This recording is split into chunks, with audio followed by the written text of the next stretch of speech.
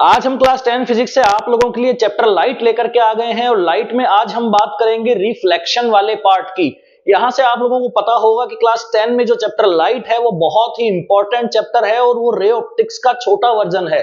अगर आप लोग क्लास 12th में या 11th में फिजिक्स को ऑप्ट करते हैं तो आप लोगों को क्लास 12th की बुक 2 का जो चैप्टर एक पढ़ने को मिलता है वो कहलाता है रे ऑप्टिक्स, और रे ऑप्टिक्स का जो छोटा वर्जन है चैप्टर लाइट के नाम से हम क्लास 10 में पढ़ते हैं। तो ये बहुत ही आसान चैप्टर है, इस पे न्यूमेरिकल और रे डायग्राम बहुत ज्यादा इंपॉर्टेंट है।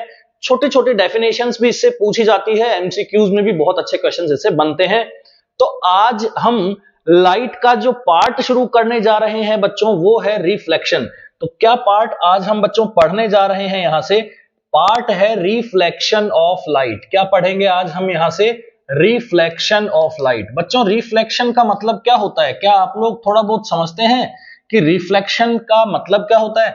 देखो, रिफ्लेक्शन का मतलब होता है कि कोई भी लाइट रे किसी भी ऑब्जेक्ट के जब टकराती है, इंसिडेंट होती है, तो वो आफ्टर इंसिडेंस क्या करती है? रिफ्लेक्ट करती है, मतलब बाउंस बैक करती है। क्लियर है? और यहां पे हम लाइट रे के जो नेचर को देखते हैं तो वो दो टाइप का नेचर लाइट का निकल करके आता है, जिसमें पहला नेचर होता है कि लाइट एक पार्टिकल है। लाइट को शुरू में क्या माना गया बच्चों? पार्टिकल माना गया, लेकिन कुछ थ्योरीज ऐसी आई, कुछ यहां से प्रिंसिपल्स ऐसे आए जिसमें यह मानना पड़ा कि लाइट पार्टिकल तो है ही, साथ में वेव नेचर भी शो करती है। आई मीन वेव का मतलब हो गया कि यहां से जब आप लोग क्लास 9th के अंदर जो साउंड चैप्टर पढ़ते थे वहां से आप लोगों ने थोड़ा बहुत वेव्स के बारे में पढ़ा होगा। डिस्टरबेंस होता है एक्चुअली वेव, और कुछ नहीं होता। जैसे आपने को रिपल्स डाली है, जो रिपल्स पैदा हुई है पानी के अंदर एक स्टोन को डालने से, जो वो रिपल्स है वो एक्चुअली क्या है? डिस्टरबेंस है, वो एक्चुअली क्या है? वेव्स है। तो बात करेंगे सारी। सबसे पहले हम देख लेते हैं कि हमें बहुत सारी जो इंपॉर्टेंट बातें करनी है बच्चों वो एक्चुअली होने क्या वाली है। तो आज का जो हमारा टॉपिक रहने वाला है वो हमारा क्या है? नेचर ऑफ लाइट रहने वाला है। क्या रहने वाला है बच्चों? नेचर ऑफ लाइट रहने वाला है। देन हम क्या पढ़ेंगे? यहां से रिफ्लेक्शन ऑफ लाइट पढ़ेंगे, then laws of reflection of light, nature पढ़ेंगे इमेज की, reflection from the plane mirror, reflection from the spherical mirror. पहले प्लेन मिरर पढ़ेंगे, उसके बाद स्फेरिकल मिरर पढ़ेंगे, फिर रूल्स पढ़ेंगे कि जो रे डायग्राम्स हम लोग बनाते हैं उसके कितने रूल्स हैं और कैसे उनको फॉलो करना है, क्या अजम्पशंस हैं। देखो, एक बहुत ही इंपॉर्टेंट अजम्पशन हम लोग इस चैप्टर के अंदर मानेंगे कि जो लाइट रे है वो हमेशा स्ट्रेट लाइन में क्या करती है? ट्रेवल। अगर स्ट्रेट लाइन में ट्रेवल करेगी तभी हम जो रे डायग्राम्स बना पा रहे हैं वो बना पाएंगे। क्लियर है? तो images formed by spherical mirror in different cases, बहुत सारे केसेस हम देखेंगे यहां से। कॉनकेव मिरर के बारे में जानेंगे, कॉन्वेक्स मिरर के बारे में जानेंगे। बहुत ही इंपॉर्टेंट चैप्टर है, बहुत ही इंपॉर्टेंट, और ये बहुत ही बढ़िया वीडियो लेक्चर आप लोगों के लिए लेकर के आए हैं। आज हम बात करेंगे न्यूमेरिकल्स की, बीच में साइन कन्वेंशन को भी लेकर के आएंगे, और फिर देखेंगे हम समरी, जो स्फेरिकल मिरर ने इमेजेस बनाई है उनकी क्या समरी है, उनकी कैसे कैसे हमें टेबल बनानी है, और क्या क्या हमें एक्चुअली याद रखना है कि ऑब्जेक्ट जब यहां होगा तो इमेज कहां बनेगी? रियल होगी, इन्वर्टेड होगी। बहुत सारी बातें करेंगे। तो शुरुआत कर देते हैं बच्चों द नेचर ऑफ लाइट से। तो पहला टॉपिक हमारा क्या होने वाला है बच्चों? यहां से होने वाला है नेचर ऑफ लाइट। क्या होने वाला है बच्चों? Nature of light. देखो, आप लोगों को यह बात समझ लेनी है कि जो लाइट का जो नेचर है वो दो टाइप का है। जो लाइट का जो आपका नेचर है वो कितने टाइप का है बच्चों? यहां से दो टाइप का है। कौन कौन सा है आपका लाइट का नेचर? यहां से पहला नेचर तो आपका हो जाएगा यहां से पार्टिकल नेचर। क्या हो जाएगा बच्चों? यहां से आपका पहला नेचर क्या हो जाएगा? Particle nature. और दूसरा क्या हो जाएगा यहां से? Wave nature. क्या हो जाएगा? Wave nature. क्लियर? तो पार्टिकल का मतलब तो हो गया कि लाइट एक पार्टिकल है। क्लियर है? और वेव का मतलब हो गया कि लाइट एक क्या है? वेव है। तो दोनों को ही मानना पड़ेगा। तो बहुत सारे कुछ यहां से एक्सपेरिमेंट किए गए, उसके बाद में ये एस्टेब्लिश हो गया कि पार्टिकल है और वेव है, दोनों है। ठीक है? तो बात करते हैं यहां से नेचर ऑफ लाइट के बारे में। Light is a form of energy. सबसे पहले आप लोगों को समझना है कि लाइट क्या है बच्चों? एनर्जी की फॉर्म है, जो कि हमें आसपास की चीजों को देखने के लिए क्या करती है? मदद करती है। क्लियर है? Theories about nature of light. सबसे पहले हम पढ़ते हैं theories about nature of light. तो पार्टिकल नेचर ऑफ लाइट। सबसे पहले हम क्या पढ़ते हैं बच्चों? यहां से पार्टिकल नेचर ऑफ लाइट। देखो पार्टिकल ऑफ नेचर के अंदर क्या है, according to Newton light travel in space with a great speed as a stream of very small particle called corpuscles, और इसे ही न्यूटन की कार्पस्कुलर थ्योरी बोला गया। न्यूटन ने यह कहा कि जो लाइट है वो स्पेस में बहुत स्पीड से क्या करती है, ट्रेवल करती है, और ये जो पार्टिकल्स होते हैं जो स्पीड से ट्रेवल करते हैं, जो पार्टिकल्स होते हैं उन्हें कार्पस्कल्स कहा जाता है। This theory was failed to explain interference of light and diffraction of light. लेकिन ये जो थ्योरी है ये फोटो इलेक्ट्रिक इफेक्ट को तो बता सकी। फोटो इलेक्ट्रिक इफेक्ट मतलब होता है कि लाइट को क्या माना जाए, पार्टिकल माना जाए, लेकिन जो इंटरफेरेंस है या फिर जो डिफ्रैक्शन है वो नेचर यहां से ये, वो फिनोमिनन यहां से ये एक्सप्लेन नहीं कर पाई, इसीलिए इसे यहां से अधूरा माना गया, आधा माना गया कि आपने यहां से थ्योरी दी लेकिन लाइट को पार्टिकल मानते हुए लाइट के ये जो दो पैटर्न देखे जा रहे हैं, इंटरफेरेंस मतलब देखते हैं फ्रिंजेस बन जाती है, ऐसे पैटर्न बनता है डार्क का लाइट का, डार्क का लाइट का। कहीं भी आपने देखा होगा डार्क लाइट का क्या बनता है बच्चों, पैटर्न बनता है। जब दो वेव आपस में क्या करती हैं, दो वेव आपस में मिलती हैं तो उनसे क्या करता है, interference, constructive and destructive interference बनता है, वो आपके बाद में आएगा। लेकिन यहां से जो डिफ्रैक्शन है, डिफ्रैक्शन ये है कि किसी भी एजेस से, जैसे मान लेते हैं कि यहां पे हमारा एक एज बना दिया हमने, कुछ ऐसा टाइप का क्या बना दिया, एज बना दिया ऐसे, है ना। हाँ, तो यहां से अगर कोई लाइट रे आ रही है, यहां से कोई लाइट रे आ रही है तो ये लाइट रे क्या करेगी, डिफ्रैक्ट होगी, यहां से इधर जाएगी, है ना। तो ये जो पार्टिकल नेचर है, ये वाला नेचर इसको बता नहीं पाया कि डिफ्रैक्शन ऐसे होता है। लेकिन डिफ्रैक्शन एक्चुअली जब होता है तो वेव्स होती हैं, क्या होती है बच्चों, वेव्स। तो ये जो वेव्स होती हैं ये किसी भी से क्या करती हैं, टकराती हैं, किसी भी चीज से क्या करती हैं, टकराती हैं और हिस्सों में टूट जाती हैं। एजेस से टकराने के बाद में और पार्टिकल्स में और हिस्सों में क्या करती हैं, टूट जाती हैं।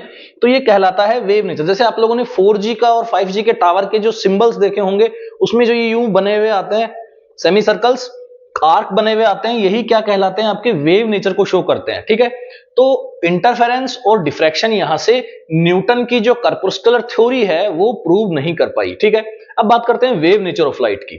तो वेव नेचर क्या कहना चाहती है यहां से, वेव नेचर ये कहना चाहते हैं कि light waves are electromagnetic wave. Wave nature ये बताता है कि लाइट एक इलेक्ट्रोमैग्नेटिक वेव है। अब बच्चों आप लोग देखेंगे कि इलेक्ट्रोमैग्नेटिक वेव क्या होती है।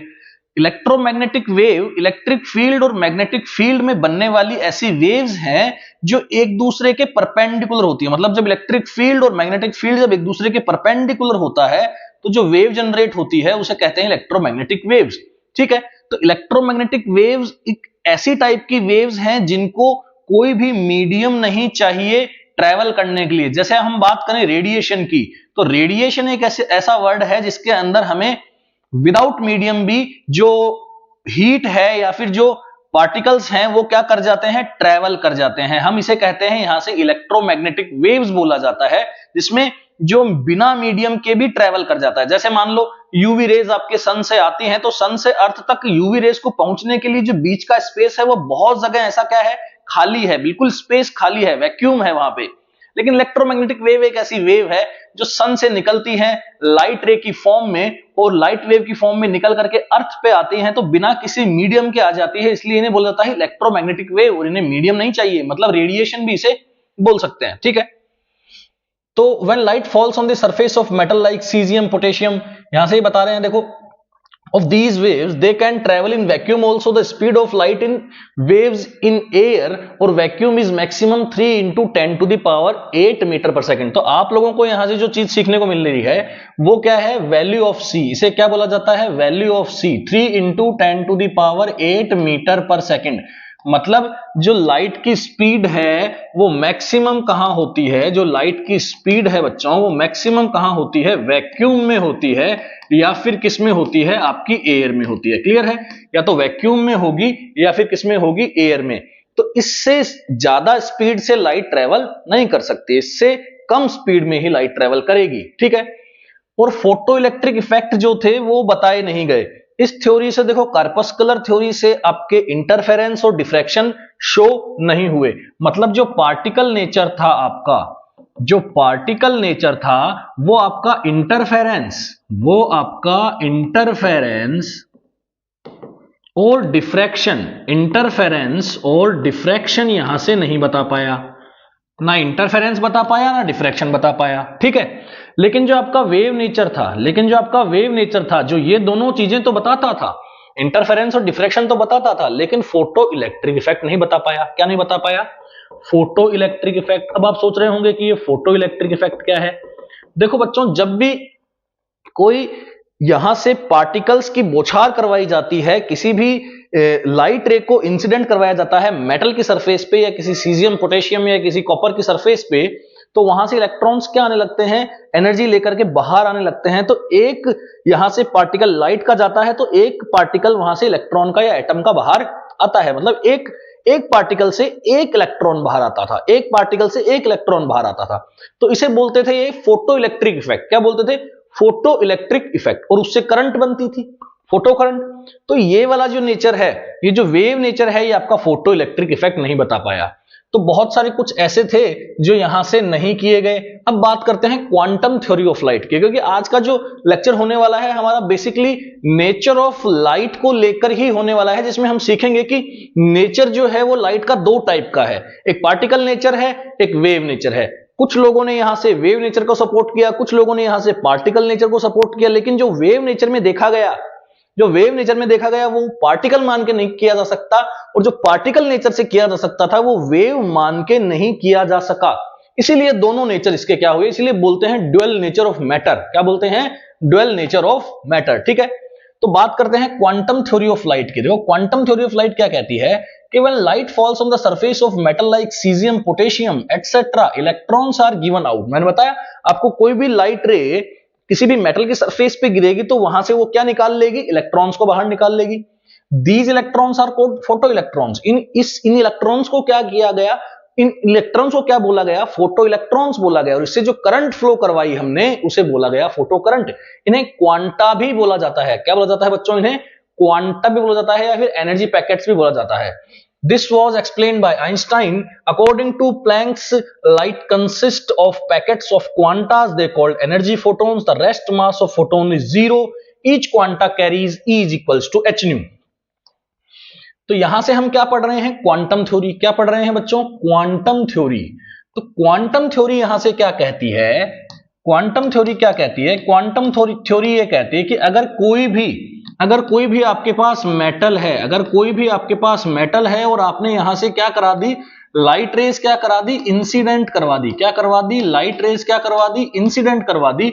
तो यहां से क्या बाहर निकलेंगे बच्चों? यहां से क्या बाहर निकलेंगे? इलेक्ट्रॉन्स बाहर निकलेंगे। क्या बाहर निकलेंगे? इलेक्ट्रॉन्स। और जो ये पार्टिकल्स की फॉर्म में जो लाइट आ रही है, ये जो पैकेट्स की फॉर्म में लाइट आ रही है, ये जो लाइट आ रही है वो किसकी फॉर्म में आ रही है? पैकेट्स की फॉर्म में। तो इन्हें क्या कह देंगे? फोटोन्स कह देंगे। क्या कह देंगे इन्हें? फोटोन्स, या फिर इन्हें कह देंगे एनर्जी पैकेट्स, ठीक है। और ये जो इलेक्ट्रॉन बाहर निकले इसे क्या कह देंगे? Photo electron. क्या कह देंगे इसे? Photo electron. तो ये जो कौन सी थ्योरी पढ़ रहे हैं, ये हम पढ़ रहे हैं एक्चुअली फोटो इलेक्ट्रिक इफेक्ट। और फोटो इलेक्ट्रिक इफेक्ट केवल पार्टिकल नेचर से ही बताया जा सकता है। देख रहे हैं आप लोग, पार्टिकल नेचर से इंटरफेरेंस और डिफ्रैक्शन नहीं बताए गए, फोटो इलेक्ट्रिक इफेक्ट बताया गया, ठीक है। तो यहां से आइंस्टाइन ने एक इक्वेशन दी, E is equals to h nu. क्या बोलते हैं इसको? न्यू मतलब फ्रीक्वेंसी। ये ऐसे ही पढ़ सकते हैं आप, E is equals to h f. क्या पढ़ सकते हैं आप यहां से? E is equals to h f भी पढ़ सकते हैं। E इज इक्वल्स टू क्या पढ़ सकते हैं? H F. एच मतलब प्लैंक्स कांस्टेंट, F मतलब फ्रीक्वेंसी, E मतलब एनर्जी। अच्छा, फ्रीक्वेंसी को आप क्या पढ़ सकते हैं? C by lambda. क्या पढ़ सकते हैं? C by lambda. तो E इज इक्वल्स टू क्या हो जाएगा आपका? HC by lambda. तो ये बहुत ही फेमस यहां से इक्वेशन है आइंस्टाइन की। तो ये बताती है कि यहां से जो वेव है और जो पार्टिकल है वो कैसे कैसे यहां से डिफर करते हैं, वेव नेचर क्या है और पार्टिकल नेचर क्या है, वेव नेचर में क्या क्या यहां से प्रूव कर सकते हैं। वेव नेचर में हम इंटरफेरेंस प्रूव कर सकते हैं, रिफ्लेक्शन भी प्रूव कर सकते हैं, डिफ्रैक्शन भी प्रूव कर सकते हैं, पोलराइजेशन भी प्रूव कर सकते हैं। लेकिन यहां से जो पार्टिकल नेचर है इसमें हम एक बहुत ही इंपॉर्टेंट टॉपिक यहां से देखते हैं, वो क्या है आपका? फोटो इलेक्ट्रिक इफेक्ट, ठीक है। अब बात करते हैं बच्चों हम नेक्स्ट टॉपिक की। नेक्स्ट टॉपिक हमारा होने वाला है यहां से सोर्सेज ऑफ लाइट। क्या होने वाला है यहां से? बी पॉइंट कौन सा होने वाला है? Sources of light. देखो बच्चों, सोर्सेज ऑफ लाइट जो है वो दो टाइप का है। पहला है आपका ल्यूमिनस। कैसा है पहला? आपका ल्यूमिनस, ठीक है। और दूसरा क्या अप हो जाएगा आपका नॉन ल्यूमिनस, क्या हो जाएगा नॉन ल्यूमिनस। ल्यूमिनस का मतलब होता है कि इसके पास खुद की लाइट है, ये खुद लाइट इमिट करता है, जैसे सन की तरह खुद लाइट क्या करता है, इमिट करता है। बहुत सारी ऐसी रिएक्शंस वहां पर होती हैं हाइड्रोजन और हीलियम के बीच में कि वहां से एनर्जी पैदा होती है, एनर्जी लाइट पैदा कर देती है। क्लियर है? एनर्जी की फॉर्म ही तो है लाइट, लाइट क्या है, एनर्जी की फॉर्म है। तो वहां से लाइट की फॉर्म में एनर्जी निकलती है। लेकिन आप देखेंगे कि जो मून है वो अपनी खुद की लाइट इमिट नहीं करता है। मून सन की लाइट से क्या करता है, रिफ्लेक्ट होकर के वो खुद चमकता है।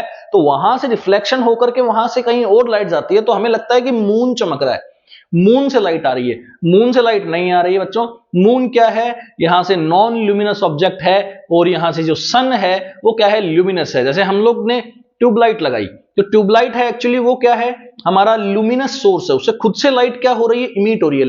एलईडी का मतलब क्या होता है, लाइट इमिटिंग डायोड। ठीक है? तो लाइट उसी से क्या हो रही है, इमिट हो रही है, लाइट इमिटिंग है वो। लेकिन अगर मान लो आपने कोई मिरर वहां आसपास लगा रखा है और वो मिरर रिफ्लेक्शन के कारण चमक रहा है, और मिरर को चमकता हुआ देख के आपको लगता है कि मिरर में से लाइट आ रही है, नहीं भैया, मिरर में से लाइट नहीं आ रही है, मिरर नॉन ल्यूमिनस ऑब्जेक्ट है, ल्यूमिनस ऑब्जेक्ट नहीं है। तो यहां से हमें ल्यूमिनस और नॉन ल्यूमिनस ही पड़ता है। मैं पढ़ देता हूं आप लोगों के लिए। The object which emit light are called luminous object, it may be natural और मैन मेड। जैसे सन क्या है, एक नेचुरल है, और ट्यूबलाइट हमारी क्या है, यहां से मैन मेड है। तो बात करते हैं नॉन ल्यूमिनस ऑब्जेक्ट्स की। They do not emit light, however such object become visible due to reflection of light falling on them. उस पर कोई ना कोई लाइट गिरती है तो वो वहां से चमकते हुए दिखते हैं, तो हमें लगता है कि हाँ लाइट इसमें से आ रही है, जबकि उसमें से लाइट नहीं आ रही है, वो नॉन ल्यूमिनस ऑब्जेक्ट है। क्लियर है? It becomes visible due to the reflection of sunlight falling on it. Sunlight या फिर जो भी ट्यूबलाइट है उससे जो लाइट निकल रही है उसकी वजह से वो हो सकता है चमक रहे हो सकता है ना चमक रहे हो। चमकता देख के ये मत सोचिए जुगनू है। क्लियर है? हो सकता है कहीं और से भी लाइट आ रही हो। ठीक है? तो बात करते हैं यहां से प्रोपगेशन ऑफ लाइट की। किसकी बात करते हैं बच्चों? प्रोपगेशन ऑफ लाइट की। देखो मैं आप लोगों को बता चुका हूं कि जो लाइट प्रोपगेट होती है, लाइट को प्रोपगेट होने के लिए मीडियम की नीड नहीं है। जैसे साउंड है, अब साउंड के अंदर तो मीडियम चाहिए ही चाहिए, क्योंकि साउंड आपकी क्या है, एक मैटर वेव है।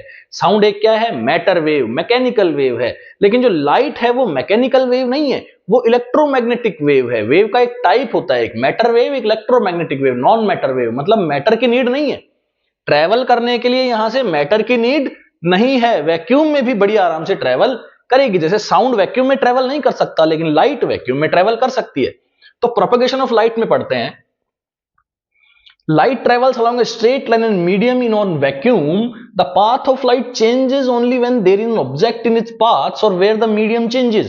ये बोल रहा है कि लाइट का पाथ आप बदल सकते हैं, लेकिन अगर उसके सामने कोई ऑब्जेक्ट आ जाए तो वहां से या तो टकरा करके बदल जाएगा, या पूरा का पूरा बैक आ जाएगा, या आगे चला जाएगा, जैसा भी होगा। डिफ्रैक्शन का मतलब क्या है, कोई भी ऑब्स्टेकल बीच में आ जाना और वहां से लाइट रेज का अलग अलग दिशाओं में बट जाना, वो कहलाता है डिफ्रैक्शन। लेकिन हम लोग जो यहां से पढ़ रहे हैं वो प्रोपगेशन पढ़ रहे हैं कि लाइट किस मीडियम में ट्रेवल करेगी। लाइट को कोई मीडियम चाहिए ही नहीं भाई ट्रेवल करने के लिए। ठीक है? तो apart from vacuum gases light can travel some liquid solid as well. जो लाइट है भैया वो सॉलिड में से भी ट्रेवल कर जाती है, जैसे ग्लास में से, जैसे फ्रॉस्टेड ग्लास में से, है ना।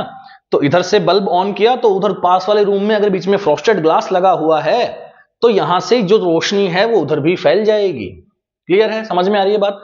तो ट्रांसपेरेंट मीडियम है, ओपेक मीडियम है, ट्रांसलूसेंट मीडियम है।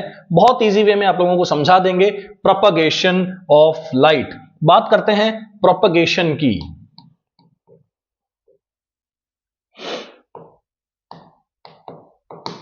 प्रोपगेशन ऑफ लाइट तो क्या कहता है propagation of light? Propagation of light कहता है कि भैया लाइट जो है वो वैक्यूम में भी ट्रेवल कर सकती है और किसी मीडियम में भी ट्रेवल कर सकती है।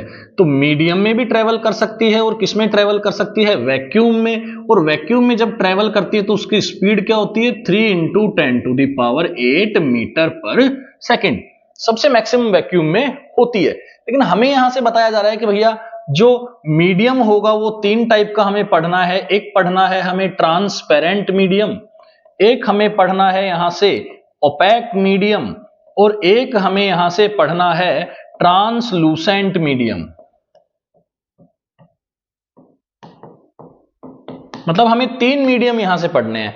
तो ट्रांसपेरेंट का मतलब तो हो गया बिल्कुल आर पार, यहां से लाइट डाली पूरी की पूरी लाइट उधर निकल गई, या थोड़ी बहुत रह गई होगी लेकिन लगभग लाइट उधर निकल गई।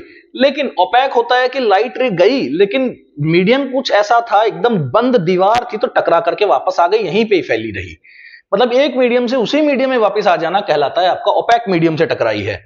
और एक मीडियम से दूसरे मीडियम में ट्रेवल कर जाने का मतलब क्या है, या तो ट्रांसलूसेंट से टकराई होगी या फिर ट्रांसपेरेंट से टकराई होगी। यही कुछ मतलब इसका निकल करके आता है। आ जाइए इसके मतलब को यहां से पढ़ लेते हैं कि एक्चुअली ये बोलना क्या चाहता है। ठीक है, तो आप देख रहे होंगे कि ट्रांसपेरेंट मीडियम को देखिए, आप ट्रांसपेरेंट मीडियम को देखिए, a medium in which light can travel freely over a large distance is called a transparent medium। जैसे water, glycerine, glass, clear plastic, transparent, ये सब ट्रांसपेरेंट है। ओपैक में क्या है, a medium in which light cannot travel is called opaque। उसके अंदर से लाइट ज्यादा खास कुछ ट्रेवल नहीं कर पाएगी, बिल्कुल ट्रेवल नहीं कर पाएगी। इसमें क्या करेगी, बढ़िया आराम से ट्रेवल कर पाएगी उसके अंदर से, लेकिन ओपैक का मतलब है उसके अंदर से ट्रेवल नहीं कर पाएगी तो टकरा करके क्या करेगी, वापस आएगी, बाउंसिंग बैक होगी। ठीक है, अच्छा ट्रांसलूसेंट क्या है, medium in which light can travel some distance but its intensity reduces rapidly. धीरे धीरे इसकी इंटेंसिटी क्या करने लग जाएगी, डिक्रीज करने लग जाएगी। मतलब जो लाइट जो यहां पे हमने जलाई है वो वहां पे उतनी इंटेंसिटी से, उतनी ब्राइटनेस के साथ से वहां नहीं दिखेगी जो जितनी यहां है। क्लियर है, ओपैक है तो बिल्कुल नहीं दिखेगी, लेकिन ट्रांसपेरेंट है तो बहुत हद तक 95-98% तक वहां पे लाइट देखी जा सकती है। ट्रांसलूसेंट जैसे ऑयल है, कुछ मटेरियल जैसे ट्रांसलूसेंट ऑयल है, जैसे ओपैक में वुड है, मेटल्स है, ब्रिक्स है, एटसेट्रा, ये क्या है, ओपैक है। होप सो आप लोगों को यहां से ये टॉपिक समझ में आया होगा। बात करते हैं द कैरेक्टरिस्टिक्स ऑफ लाइट की। अब यहां से हम बात करेंगे द कैरेक्टरिस्टिक्स ऑफ लाइट के। तो सबसे पहली जो कैरेक्टरिस्टिक क्या है, लाइट एक क्या है, इलेक्ट्रोमैग्नेटिक वेव। लाइट क्या है बच्चों, एक इलेक्ट्रोमैग्नेटिक वेव। क्या इलेक्ट्रोमैग्नेटिक वेव को हम एमडब्ल्यू लिख सकते हैं, आप लोगों को दिख रहा होगा, ध्यान से देखते हैं एक बार। क्या हम यहां से इलेक्ट्रोमैग्नेटिक वेव को शॉर्ट में EMW लिख लें, तो EMW है लाइट। क्या है भैया, एक EMW, BMW नहीं, क्या है, EMW। ठीक है, light travels in straight line. जो पहला अजम्पशन है, बहुत मोस्ट इंपोर्टेंट जो अजम्पशन है, वो लाइट क्या करती है, स्ट्रेट लाइन में ट्रेवल करती है। Light is a transverse wave. तो travel in straight line, travels in a straight line,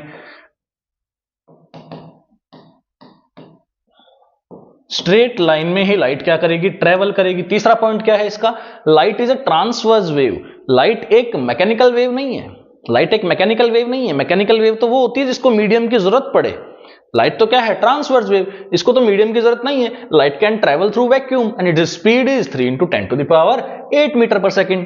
तो वैक्यूम में भी ये क्या कर सकती है बच्चों, वैक्यूम में भी क्या कर सकती है, ट्रेवल कर सकती है। और किस स्पीड से ट्रेवल करती है, द फास्टेस्ट ट्रेवल करती है 3 × 10⁸ मीटर पर सेकेंड। बात करते हैं फोर्थ की, the velocity of light changes when it travels from one medium to another. Light की जो वेलोसिटी है, लाइट की जो स्पीड है, वो एक मीडियम से दूसरे मीडियम में जब वो ट्रेवल करती है तो चेंज हो जाती है। बहुत ही इंपॉर्टेंट है ये भी। तो speed of light changes, speed of light changes, speed of light changes when it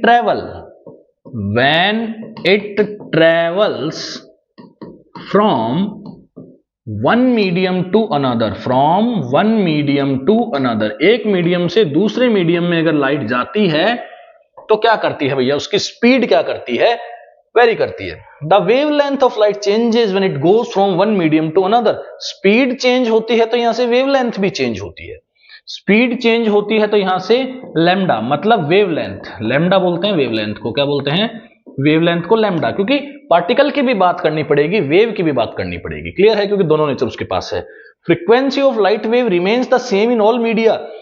लेकिन फ्रीक्वेंसी नहीं डिपेंड करती, स्पीड डिपेंड करती है, यहां से लैम्डा डिपेंड करता है, उसकी वेव की लेंथ डिपेंड करती है। वेवलेंथ का मतलब समझाऊं आप लोगों को, जैसे ये देखो, ये क्या है, वेव की लेंथ है। क्या है ये, वेव की लेंथ। अब वेव की लेंथ किसी की शॉर्ट भी हो सकती है, तो यहां देखेंगे कि वेव की लेंथ क्या है, शॉर्ट, तो इसको बोलते हैं शॉर्टर वेवलेंथ, इसको बोलते हैं लॉन्गर वेवलेंथ। तो वेवलेंथ क्या करती है, स्पीड के साथ क्या कर जाती है, चेंज, लेकिन फ्रीक्वेंसी चेंज नहीं करती। फ्रीक्वेंसी का मतलब होता है एक चीज का पूरे साइकिल में कितनी बार होना।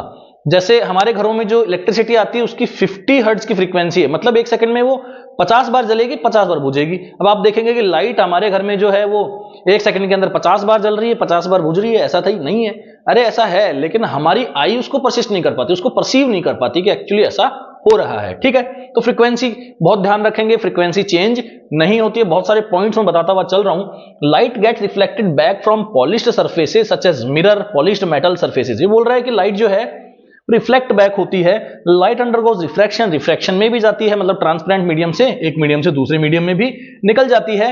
Light does not need a material medium to travel, that is it can travel through a vacuum. और ये क्या कर सकती है, वैक्यूम से भी क्या कर सकती है बच्चों, ट्रेवल यहां से कर सकती है। क्लियर है, आप लोगों को शायद समझ में आ रहा होगा। According to the current scientist theories, no material particle can travel speed greater than the light in vacuum. Vacuum से ज्यादा कहीं पे भी लाइट रे ट्रेवल फास्ट, उससे फास्ट अभी तक नहीं कर पाई है, ऐसा बताया जा रहा है अभी की थ्योरी के अकॉर्डिंग। हो सकता है क्या पता कुछ ऐसे मटेरियल का इजाद हो जाए इसमें लाइट रे वैक्यूम से भी क्या चलने लगे, फास्ट चलने लगे। होप सो आप लोगों को ये वीडियो लेक्चर समझ में आया होगा। नेक्स्ट पार्ट इसका लेकर के आएंगे, इसमें हम बात करेंगे इसके रिफ्लेक्शन की और बहुत सारे इंपॉर्टेंट टॉपिक्स और बहुत सारी इंपॉर्टेंट बातें करेंगे। Thank you so much, keep watching.